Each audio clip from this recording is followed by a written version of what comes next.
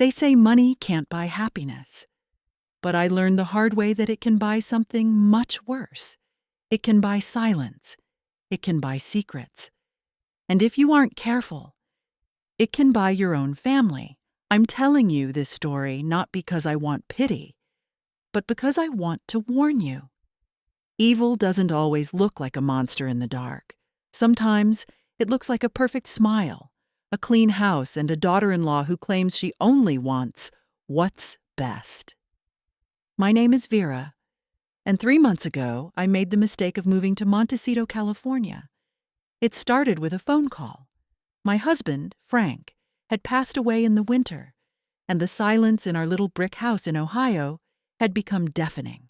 So when my son, Thayer, called and asked me to come live with him, I wept with joy. Thayer was a successful architect now. He had married a woman named Tamsin, and they had a 7-year-old daughter named Hollis. I pictured golden sunsets. I pictured baking cookies with my granddaughter.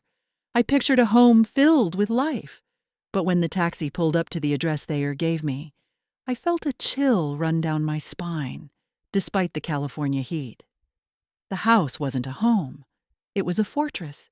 It was a massive block of gray concrete and glass, hidden behind 12-foot-high hedges. There were no flowers, no tricycle in the driveway, no welcome mat. Just cold, hard stone.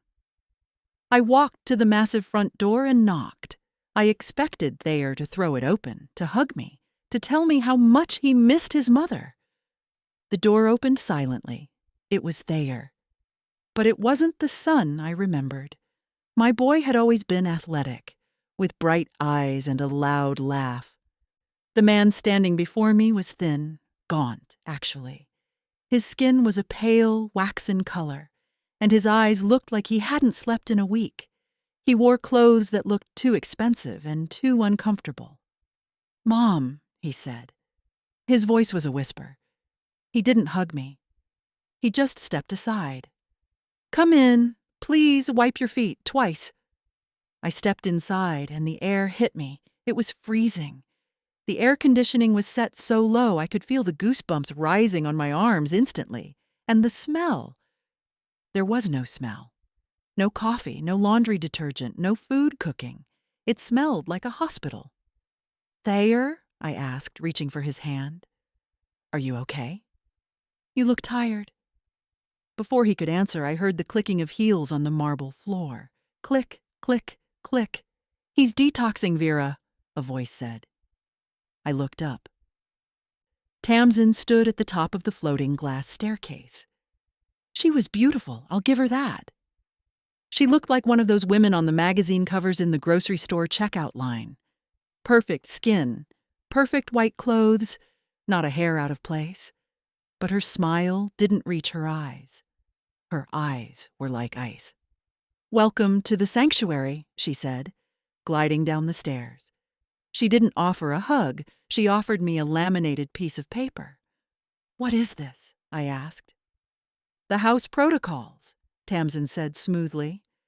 "We live a very intentional life here, Vera. No shoes past the foyer, no loud voices after 6 p.m., no outside food, especially processed sugar, and absolutely no unscheduled interactions with Hollis. She is on a strict developmental timeline." I laughed nervously. I thought she was joking. "Unscheduled interactions? Tamsin? She's my granddaughter, not an employee." Tamsin didn't blink. She stepped closer to me, invading my personal space. "She is a high-performance child, Vera. We don't disrupt her flow. Thayer explained this to you, didn't he?" I looked at my son. He was staring at the floor, picking at his fingernails. "Thayer?" I asked. He looked up, panic in his eyes. Just follow the list, Mom. Please, it's easier that way." That was the first red flag. My son, who used to debate politics with his father for hours, was terrified of his own wife. Later that afternoon, I went to my room. It was beautiful but stark. White walls, white bed, one window overlooking the ocean. The room felt suffocating. I walked over to the window and unlatched it, pushing it open to let in the salty sea breeze. I took a deep breath, trying to calm my nerves. Suddenly, the bedroom door slammed open. I jumped, spinning around. Tamsin stood there, her face twisted in anger, but her voice remained terrifyingly calm. "What are you doing?" she asked. "I'm just opening a window," I said. "It's a beautiful day." She walked over, reached past me, and slammed the window shut. She locked it. Then she pulled a key from her pocket and locked the latch itself. "We do not open windows in this house," she whispered. "The air outside is full of pollutants, pollen, and mediocrity. Inside, the air is purified. Do not contaminate my environment again, Vera." She turned to leave, but paused at the door. "Thayer said you were difficult," she said, smiling that fake smile again. "I hope you don't prove him right. We have very strict rules about stress in this house." She closed the door. I heard a click. I tried the knob. It turned, but for a second, I had the terrifying thought that she had locked me in. I wasn't a guest. I was an inmate. And I hadn't even met my granddaughter yet. Dinner that first night was the strangest meal of my life. We sat at a dining table long enough to seat 20 people, but it was just the three of us, Thayer, Tamsin, and me. The room was silent. No music. No conversation. Just the sound of silverware scraping against slate plates. The food wasn't food. It was a series of foams and gels. Tamsin called it molecular gastronomy for optimal gut health. It tasted like nothing. I looked at the empty chair across from me. It was small, modern, and empty. "Where is Hollis?" I asked. Breaking the silence, Thayer flinched as if I had dropped a plate. He looked at Tamsin before answering. Tamsin took a sip of her sparkling water. "Hollis is in her focus module," she said casually. "Focus module?" I asked. "It's 7:00 p.m. Shouldn't she be eating dinner?" "She had a nutrient pack earlier," Tamsin replied, not looking at me. "She had a behavioral regression this afternoon. She was too loud during her Mandarin lesson. She is reflecting on her choices." "She's 7 years old," I snapped. I couldn't help it. 7-year-olds are supposed to be loud. Tamsin set her glass down hard. The noise echoed through the cavernous room. "Not Harris children," she said. "We are building a brand, Vera. Hollis is the face of my future forward parenting line. She cannot be chaotic. Chaos is for poor people." I looked at Thayer, begging him to step in. "Thayer, you can't think this is right."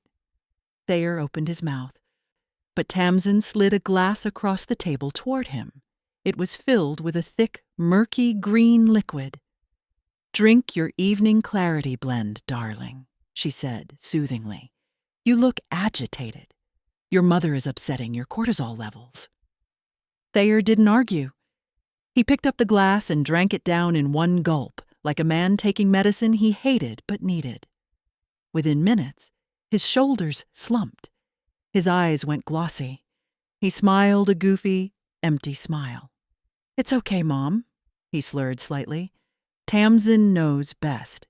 She saved me. I was a mess before her." I felt sick to my stomach, and it wasn't the foam food. That night, I couldn't sleep. The silence of the house was heavy, pressing down on me. The air conditioning hummed like a dying engine. At 2:30 a.m., I got up. I needed to see her. I needed to see my granddaughter. I didn't care about the schedule. I crept out of my room. The hallway was dark, illuminated only by the faint blue light of the security system panels on the walls. I walked softly, my socks sliding on the cold marble. I found the door with the stylized H on it. I turned the handle slowly, praying it wasn't locked. It opened. I stepped inside, ready to see a sleeping child surrounded by stuffed animals, but the room was empty. And I don't just mean she wasn't in the bed. I mean, the room was empty of her. There were no drawings on the fridge.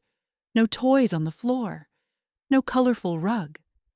The bed was made with military precision, the sheets tight enough to bounce a coin off of. It looked like a hotel room for a businessman, not a bedroom for a little girl. I walked over to the bed. The pillow was cold. Nobody had slept here tonight. Panic started to rise in my chest. Where was she? Was she at a boarding school? Had they lied to me? I backed out of the room, my heart hammering against my ribs. I stood in the hallway, listening. The house was massive, swallowing sound. But then I heard it. It was coming from the end of the hall near the kitchen. There was a heavy oak door there that I had assumed was a pantry or a closet. I crept closer. I pressed my ear against the wood. It was a rhythmic, scratching sound. Scrape, scrape, scrape. And then a small, stifled sniffle, the sound of a child trying desperately not to cry. I tried the handle, locked. I knelt down and put my eye to the keyhole, but it was dark, pitch black. Then a voice drifted through the wood. It wasn't the child. It was a recording. It was Tamsin's voice, but it sounded metallic, looped and cold. I am calm. I am quiet. I do not embarrass this family. I am calm. I am quiet. The scratching stopped. The sniffing got louder. My granddaughter wasn't at a boarding school. She was downstairs, and she wasn't alone. She was trapped with that voice. I knew then that I wasn't just dealing with a strict mother. I was dealing with a monster. And I knew I had to get that door open, even if I had to tear the house down with my bare hands. I stared at that heavy oak door. The scratching had stopped, but the recorded voice kept droning on. I am calm. I am quiet. I knew I couldn't kick the door down. I'm 72, not a linebacker, but Tamsin had made one mistake. She forgot who I was married to for 40 years. My husband, Frank, wasn't just a kind man. He was a locksmith. And he taught me a thing or two about heavy doors and old tumblers. I pulled a bobby pin from my hair. My hands were shaking, but my mind was sharp. I slid the pin into the keyhole. I closed my eyes, visualizing the pins inside the lock, just like Frank used to show me. Click. The sound was louder than a gunshot in the silent hallway. I held my breath, waiting for an alarm, waiting for Tamsin to come running. But nothing happened. I turned the handle. The door groaned open. I expected a dusty storage room or a wine cellar filled with expensive bottles. What I saw made my blood run cold. It was a finished basement, but it looked like a laboratory. The walls were painted a blinding, surgical white. The air was frigid, at least 10 degrees colder than the upstairs. And in the center of the room, facing a blank wall, was a single wooden chair. Sitting on that chair was Hollis. She was wearing thin cotton pajamas, shivering violently. Directly in front of her was a smart mirror, one of those expensive fitness mirrors that doubles as a screen. But it wasn't playing a workout video. It was playing a looped video of Tamsin's face, zoomed in, staring unblinkingly. The audio was blasting from speakers in the ceiling. I do not embarrass this family. My posture is my power. Slouching is for the weak. I am calm. Hollis was rocking back and forth, mouthing the words along with the recording. Her eyes were wide and unseeing. "Hollis!" I whispered. She jumped, nearly falling off the chair. She looked at me with terror. "I'm not done," she squeaked, her voice trembling. "I still have 11 minutes on the timer, Mommy. I didn't move, I promise." My heart broke into 1,000 pieces. She thought I was Tamsin coming to punish her. I ran to her and ripped the plug of the mirror out of the wall. The screen went black. The terrible voice finally died. "It's me," I said, wrapping my arms around her. She was freezing. "It's Nana, I've got you." Hollis went stiff in my arms. She didn't hug back. She whispered, "You broke the protocol. Mommy is going to reset the week." "Let her try," I said. fury rising in my chest like a fire. Suddenly, the basement was flooded with blinding light. I squinted, shielding my eyes. Tamsin was standing at the top of the sleek white staircase. She wasn't wearing pajamas. She was fully dressed in a white yoga outfit, holding her phone up. The flashlight on the phone was blinding me. She didn't scream. She didn't run down the stairs. She just stood there, calm as a statue. "Step away from the child, Vera," she said. Her voice was smooth, devoid of emotion. "You're a monster," I spat back, standing up and blocking Hollis with my body. "You have a 7-year-old girl freezing in a basement listening to you brainwash her?" "I'm calling the police." Tamsin laughed. It was a dry, humorless sound. "Go ahead," she said. She tapped her phone screen. "I've been live streaming for the last 30 seconds to my private Inner Circle subscribers. Do you know what they see? They see a confused, aggressive, elderly woman breaking into my meditation space and frightening my daughter." She walked down 2 steps, the phone still pointed at my face. "I've already called Dr. Adheres," she continued. "He agrees that your transition to the new environment has triggered a psychotic episode. Sundowning, they call it. If you tell anyone about this torture chamber you think you see, I will show the court this video of you ripping electronics out of the wall." She leaned in, her face illuminated by the harsh light of the phone. "And if you go to the police, Vera, I'll file for a restraining order. You'll never see Hollis again. I'll make sure you die alone in a state facility." She smiled. "Now go to your room. Hollis needs to finish her meditation." I looked at Hollis. She was staring at the floor, tears streaming silently down her face. I realized then that Tamsin held all the cards. If I fought now, I'd lose her. I had to be smarter. The next morning, the sun rose over Montecito as if nothing had happened. The ocean sparkled. The birds sang. It was sickening. I found Thayer in the living room. He was sitting on the white couch, staring at a tablet, but his eyes weren't moving. He looked worse than he had yesterday. His skin was gray, and there was a slight tremor in his hand. I sat down next to him. I had to try. He was my son. "Thayer," I said softly, "we need to talk." He didn't look up. "Tamsin said you had a bad night, Mom. She said you got confused and went into the basement looking for Dad." "That is a lie," I said, grabbing his hand. His skin was cold and clammy. "Thayer, listen to me. She locks Hollis in that basement. She forces her to sit in the cold and listen to recordings. It's abuse, Thayer. You have to stop it." Thayer finally looked at me, but there was no anger in his eyes. Just exhaustion. "It's called neuro-linguistic repatterning, Mom," he recited, sounding like a robot. "It helps Hollis focus. Tamsin explained it to me. It's very expensive. Only the top families use it." "It's torture," I cried. "And look at you. You look like you're dying. What is she doing to you?" Thayer pulled his hand away.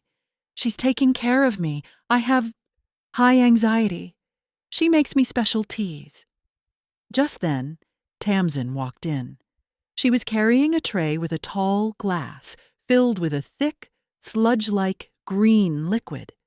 "Time for your mid-morning boost, darling," she cooed. She handed the glass to Thayer. He took it with shaking hands. "What is in that?" I asked sharply. "Kale, spirulina, and a proprietary blend of calming herbs," Tamsin said, smiling at me. "It's perfectly natural." I watched Thayer drink it. He gulped it down like a man dying of thirst. Almost instantly, the tremor in his hands stopped. His shoulders dropped. His eyelids drooped. It wasn't kale. It was a sedative.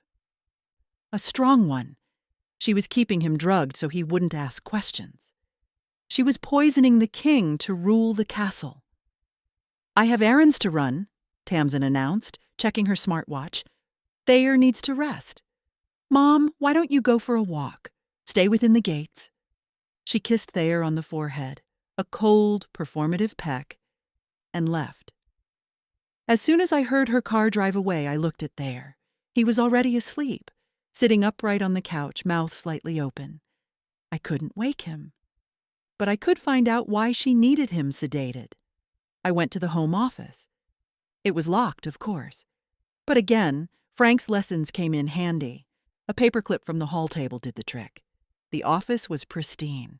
No papers on the desk. Everything was digital. I opened the laptop, but it was password protected. I looked around the room, desperate. That's when I saw it. The paper shredder in the corner. The bin was full. Tamsin was meticulous, but she was also arrogant. She didn't think anyone would dare look through her trash. I pulled the bin out and dumped the ribbons of paper onto the floor. I sat there for an hour, my knees aching, piecing together the strips like a jigsaw puzzle. Most of it was junk mail, but then I found a bank statement. I taped the strips together. It was for the Harris Family Trust. I gasped.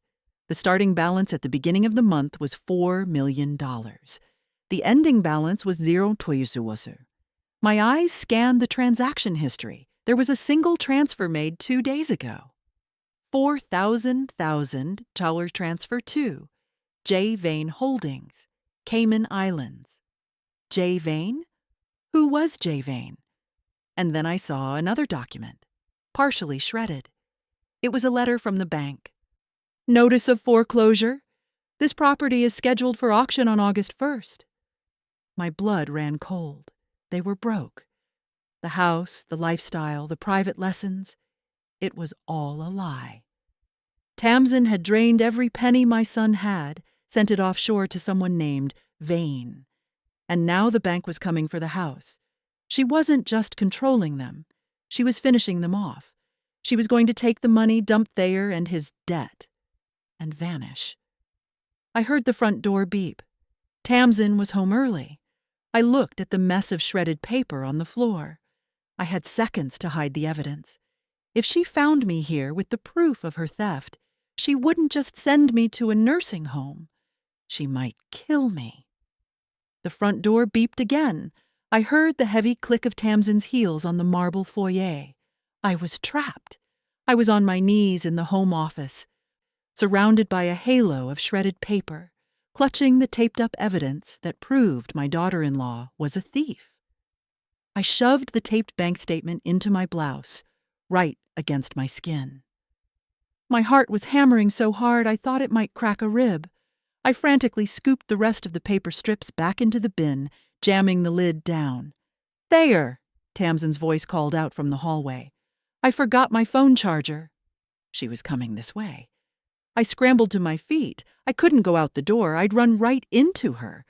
I looked at the window. It was sealed shut, just like the others. I squeezed myself behind the heavy velvet curtains in the corner of the room, holding my breath.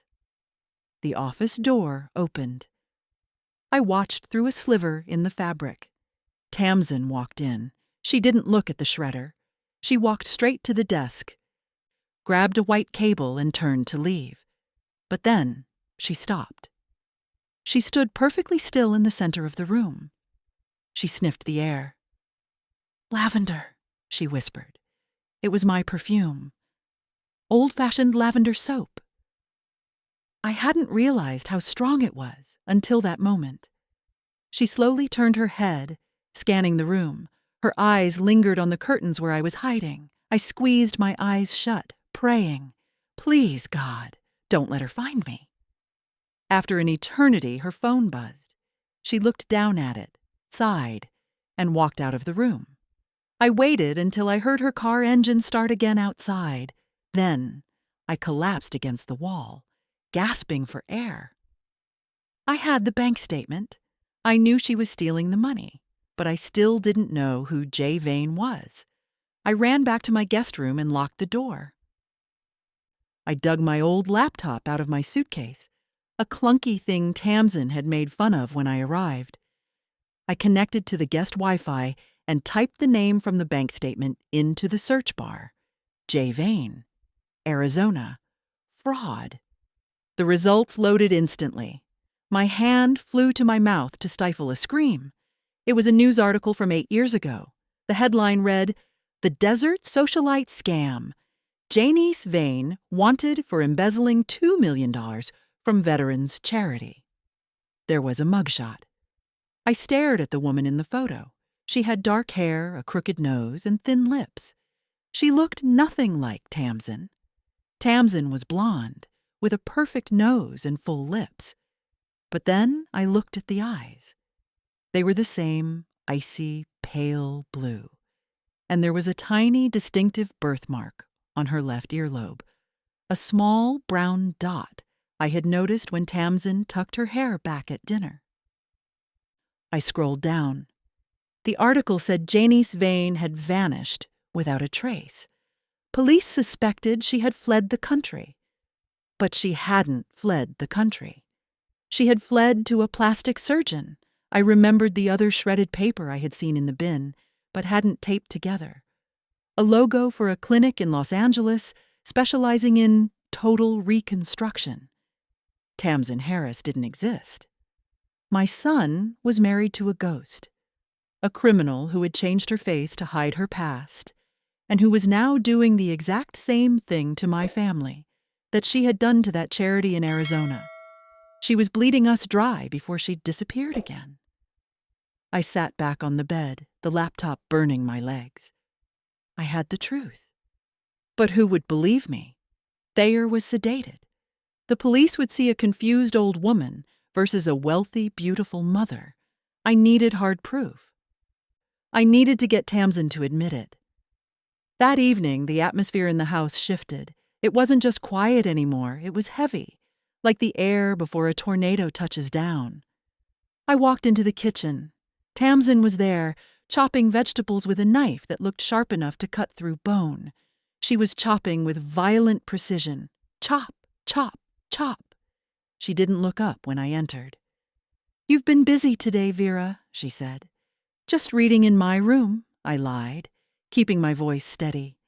She stopped chopping. She turned slowly, holding the knife. "I checked the Reuter logs," she said calmly. "Someone on the guest network spent an hour looking up old news articles from Arizona, specifically about a woman named Janice Vane." My blood froze. I had forgotten she controlled the internet. "I don't know what you're talking about," I said, taking a step back. Tamsin put the knife down. She smiled, but it was the most terrifying smile I had ever seen. It was the smile of a predator who knows the prey is cornered. "Stop it," she whispered. "The game is over, Vera. I know you know, and honestly, it's a relief. It's exhausting pretending to like you." "My son will find out," I said, my voice shaking. "I'll tell him everything. I'll tell the police." Tamsin laughed. She walked over to the counter and picked up a glossy brochure. She slid it across the marble island toward me. "Thayer won't be listening to you," she said, "because by tomorrow morning, you won't be here." I looked down at the brochure. It was for a place called Golden Hills Senior Memory Care. "I looked it up," Tamsin said, examining her fingernails. "It's a state facility.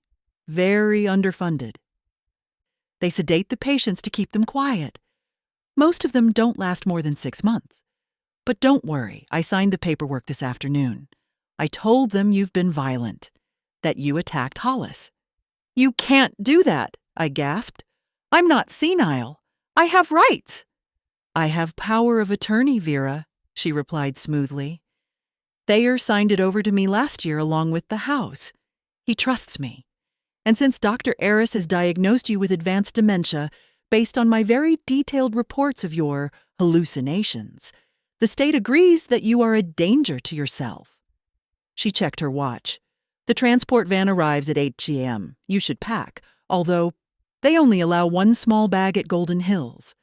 Personal items tend to get lost there." She turned back to her vegetables.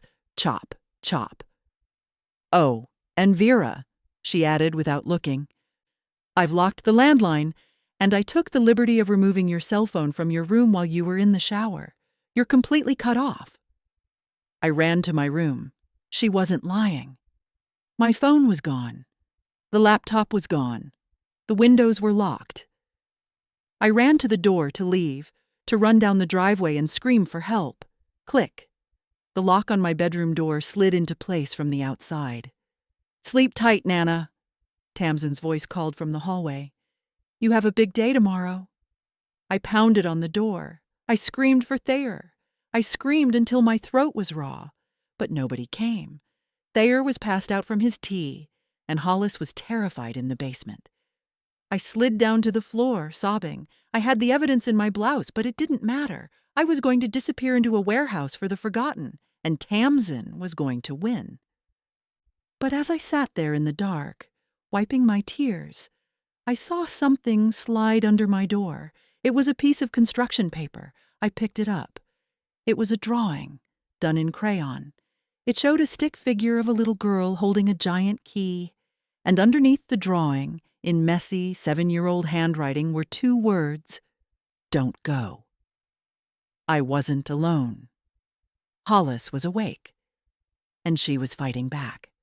I stared at the drawing on the floor. "Don't go." I crawled to the door on my hands and knees. I pressed my face against the cold wood, right near the gap at the bottom. "Hollis," I whispered. "Are you there?" For a long moment, there was silence. Then, a tiny voice drifted back. It was shaky, terrified, but it was there. "She's in the shower," Hollis whispered. "She can't hear us." "Hollis, honey," I said, tears streaming down my face. "I don't want to go." "But she locked the door." "I can't get out." "I know," Hollis said. "She locks me in the basement, too. She says locks are for people who don't know how to behave." My heart shattered. A 7-year-old shouldn't know that kind of fear. "Hollis, listen to me," I said, trying to sound strong. "I need your help. I'm going to stop her. I'm going to make sure she never locks either of us up again. But I need you to be brave. Can you be brave for Nana?" I think so," she whispered. "But she has the key in her pocket. Always." "Does she have all the keys?" I asked. I remembered Thayer mentioning a spare set kept in the kitchen junk drawer before Tamsin cleaned everything out. "There's one," Hollis said. "It's in the vase, the one with the dead sticks in the foyer. I saw her put it there when the cleaning lady came." "Okay," I said. "Here's the plan. The van is coming for me at 8 a.m. tomorrow. You need to get that key before then." "I can't," Hollis gasped. "The motion sensors are on. If I leave my room, the alarm chirps." I slumped against the door. Of course, the house was a prison. If Hollis triggered the alarm, Tamsin would catch her, and I didn't want to think about what she would do to the child.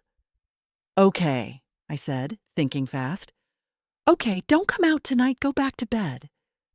"But she's taking you away," Hollis sobbed softly. "No," I said, forcing a confidence I didn't feel. "Something will happen, I promise. Just be ready. If you get a chance, grab that key. Can you do that?" "Yes, Nana." "I love you, Hollis." "I love you too," she whispered. Then I heard her tiny footsteps pattering away. I didn't sleep. I sat by the window watching the sun come up, waiting for the van, waiting for my life to end. At 7:55 a.m., the lock clicked. I stood up, bracing myself for the orderlies to drag me away. But it was Tamsin. She looked annoyed. She was holding her phone. "You're lucky," she sneered. "The state facility has a contagious outbreak. Norovirus. They can't take new admissions until Monday." She kicked a bottle of water into the room. "You stay here. We have the solstice party tonight. 200 guests. Important people. If I hear one sound from this room, if you bang on the door, if you scream, I will come in here and sedate you myself. Do you understand?" I nodded, keeping my head down. Inside, my heart was soaring. Monday. She had given me a reprieve, and more importantly, she had given me a crowd. "Enjoy the silence, Vera," she said, and slammed the door. Click. I sat on the bed and waited. The day dragged on. I heard trucks arriving, caterers shouting, music testing, the smell of roasting meat wafted under the door, real food for the guests. while I sat with a bottle of water, the sun began to set. The music started, a heavy bass beat that vibrated the floorboards, and then, over the noise of the party, I heard it, a soft scratching at the lock. Clack. The knob turned. The door opened a crack. Hollis stood there. She was wearing a pristine white dress, looking like a porcelain doll. She held a brass key in her shaking hand. "Everyone is in the garden," she whispered. "Mommy is making a speech." I didn't hesitate. I grabbed my purse, which still held the taped-up evidence, against my chest. I stepped out of the room. "You did it," I whispered, kissing the top of her head. "Now, I need you to go back to your room and lock the door. Stay there until I come for you."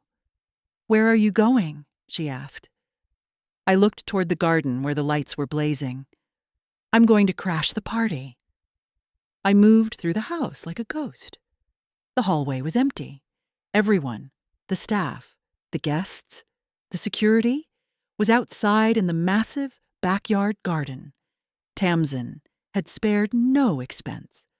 Through the glass walls, I could see silk tents, ice sculptures, and waiters carrying trays of champagne. I saw Thayer.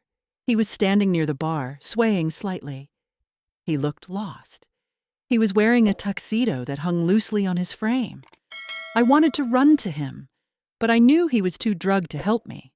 If I caused a scene now, security would just drag me away, as the crazy grandma. Tamsin had already planted that seed. I needed a microphone. I knew where the AV setup was.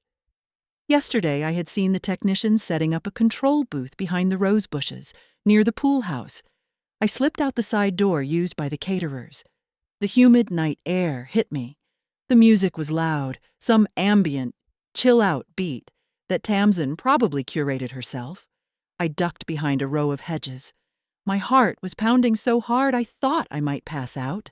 I was 72 years old, crawling through bushes in my orthopedic shoes, while 100 yards away, my daughter-in-law was holding court. "Welcome, friends!" Tamsin's voice boomed over the speakers. I froze. I peeked through the leaves. Tamsin was standing on a raised white platform. She looked radiant, bathed in a golden spotlight. She was holding a microphone, smiling that perfect fake smile. "Tonight is about transparency," she said. "It's about living a life of purity, no secrets, just truth." The crowd applauded. I felt sick. The irony was thick enough to choke on. I saw a security guard standing near the AV booth. He was distracted, scrolling on his phone. I took a deep breath. I had to time this perfectly. "I want to thank my husband, Thayer," Tamsin continued on stage, "for trusting me to build this family's legacy." She gestured to Thayer. He raised a glass weakly, looking like he didn't know where he was. "And," Tamsin added, her voice dropping to a sad, sympathetic tone, "I want to dedicate this night to Thayer's mother, Vera. She couldn't be with us tonight. Her health has declined rapidly, but we put her in a wonderful facility today where she can get the help she needs." A murmur of sympathy went through the crowd.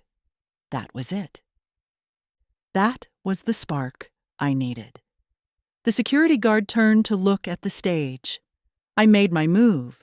I sprinted as fast as I could across the 10 feet of open grass to the AV booth. I ducked inside the tent. There was a young technician there wearing headphones. He jumped when he saw me.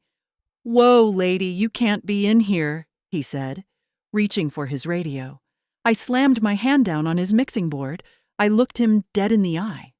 "My name is Vera Harris," I said, breathless. "And that woman on stage just told everyone I was in a nursing home. Does it look like I'm in a nursing home?" The kid blinked, confused. No." "She is abusing my grandchild," I said, my voice trembling with rage. "And I have proof on this phone. Now you can call security and I'll scream until the police come. Or you can give me that auxiliary cable and let me show these people what transparency really looks like." The kid looked at me. He looked at Tamsin on the monitors, looking perfect and smug. He looked back at me, a desperate, disheveled grandmother with fire in her eyes. He didn't call security. He pointed to a cable labeled AUX input. "If you plug it in," he whispered, "it overrides the music." I plugged my phone in. I found the file. The recording from the basement. On stage, Tamsin was raising a toast. "To family," she said. "To love." I hit play. For a split second, there was a screech of audio feedback that made everyone in the garden cover their ears. Then, the ambient lounge music cut out completely. Silence fell over the crowd. Tamsin stood on stage, microphone half raised, looking confused. Then, my recording blasted through the massive event speakers. It was louder than I expected. It boomed off the concrete walls of the house. "I do not embarrass this family. Slouching is for the weak. You will sit there until you learn to be perfect. Stop crying, or I will reset the timer." It was Tamsin's voice, but it wasn't the smooth, cultured voice she used for her followers. It was cold, metallic, and cruel. The recording continued. The sound of Hollis sobbing, a ragged, terrified sound, filled the garden. "Please, Mommy, I'm cold," the recording played. "Cold is a mindset, Hollis." Silence. "Now." The crowd gasped. It was a collective sound, like all the air leaving the room at once. People lowered their champagne flutes. The influencers stopped filming their selfies and turned their phones toward the stage. Tamsin's face went pale. For the first time since I met her, the mask slipped. Her eyes darted around wildly. "Technical difficulties," she shouted into her microphone, her voice shrill. "Cut the sound! Someone cut the sound! It's a deepfake! AI generated!" I stepped out from behind the hedges. I walked straight toward the stage. I was wearing my wrinkled travel clothes, holding my phone like a weapon. "It's not a deepfake, Janice," I said. My voice wasn't amplified, but in the stunned silence, it carried. Tamsin froze. She looked at me with pure hatred. "Get her out of here!" she screamed at the security guards. "She's escaped! She's dangerous!"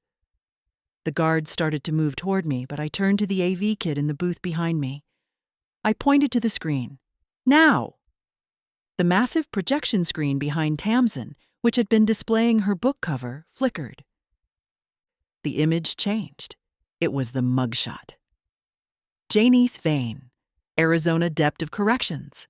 Next to it was the article, "Vane Wanted for 2 Maller's Charity Fraud." The resemblance was undeniable.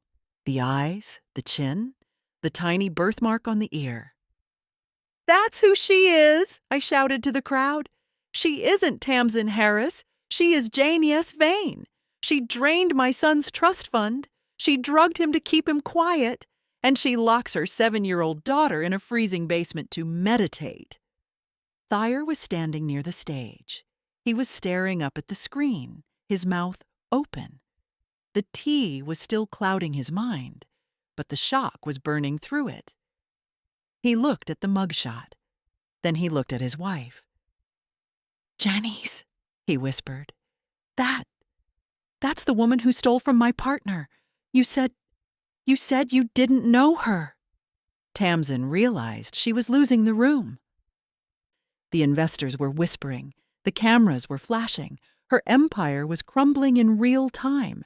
She did the only thing a cornered animal does. She attacked. "You stupid old hag!" she shrieked, dropping the Namaste act entirely. She threw the microphone at me. It missed, hitting the grass with a thud. She lunged off the stage, not toward me, but toward the side gate. But then she stopped. She realized she needed leverage. She turned toward the house, toward Hollis's room. "Hollis!" she screamed. "Get down here, now!" Thayer moved. It was clumsy. He stumbled, his legs weak from months of sedation, but he threw himself in her path. He grabbed her arm. "Don't you touch her!" Thayer growled. It was the first time he had raised his voice in years. "Don't you go near my daughter!" Tamsin spun around and raked her nails across his face. "Let go of me, you useless junkie! I built you! You were nothing!" Thayer didn't let go. He tackled her to the ground. They fell into the perfectly manicured flower bed, crushing the white roses. Sirens. Real sirens this time, wailing up the canyon road. I had called them from the AV booth before I hit play. Tamsin scrambled up, dirt smearing her white dress. She looked at the approaching red and blue lights. She looked at the crowd filming her. She looked at me. "You ruin everything!" she screamed at me. "I had it under control. I was going to be rich." She turned and ran toward the back of the estate, toward the cliffs. But the private security guards, the ones hired to protect the VIPs, blocked her path. They weren't on her payroll. They were hired by the investors she had just humiliated. 2 officers burst through the garden gate. "Janie Svane!" one of them shouted. "Down on the ground!" I watched as they handcuffed her.